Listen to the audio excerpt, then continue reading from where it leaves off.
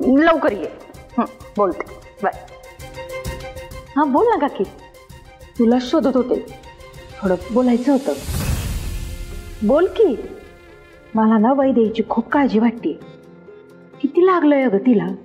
म्हणजे बघ ना, मक्तेदारांच्या सुनेवर हल्ला करायची हिंमत होते तर बाकीच्यांनी तर काही बोलूच नाही.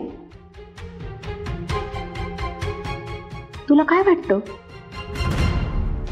कोण असतील ते गुंड? अगं मी म्हटलं ना काकी, बुरटे चोरच असणार. आजकाल पैशांसाठी लोक ना काही पण करतात. असंच कोणीतरी असेल. अगं पण बुरटे चोर असते तर फक्त फोन कशाला चोरला असता?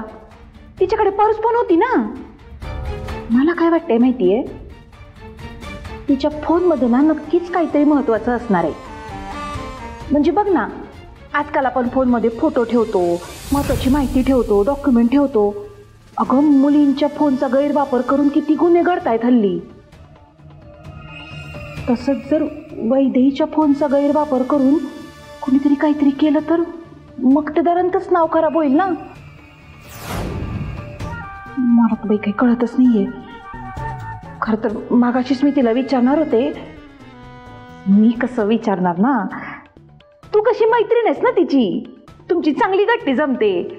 म्हणून तू जरा विचारशील का तिला की तिच्या फोनमध्ये काही महत्वाचं होतं का? त्यात काय काकी, विचारते ना. आणि असंही मला जेवणाआधीची तिला गोळी द्यायचीच आहे. मी जाणारच आहे. मी नक्की विचारते. तू टेन्शन नको घेऊस. येऊ मी?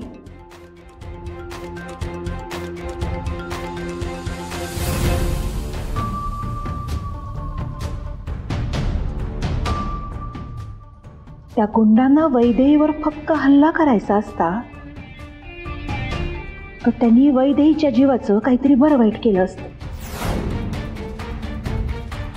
पण तसं न करता ते फक्त तिचा फोन घेऊन गेले.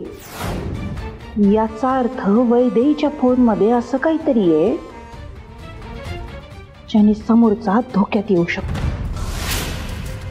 असं काय आहे वैदेहीच्या फोनमध्ये? कळायला हवं पुष्पे, कळायला हवं.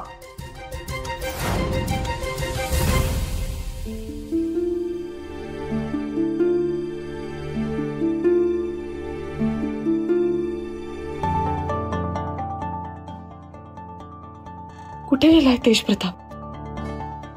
खरंच काकी म्हणाला तसं त्या गुंडांना शोधायला नसेल ना गेला?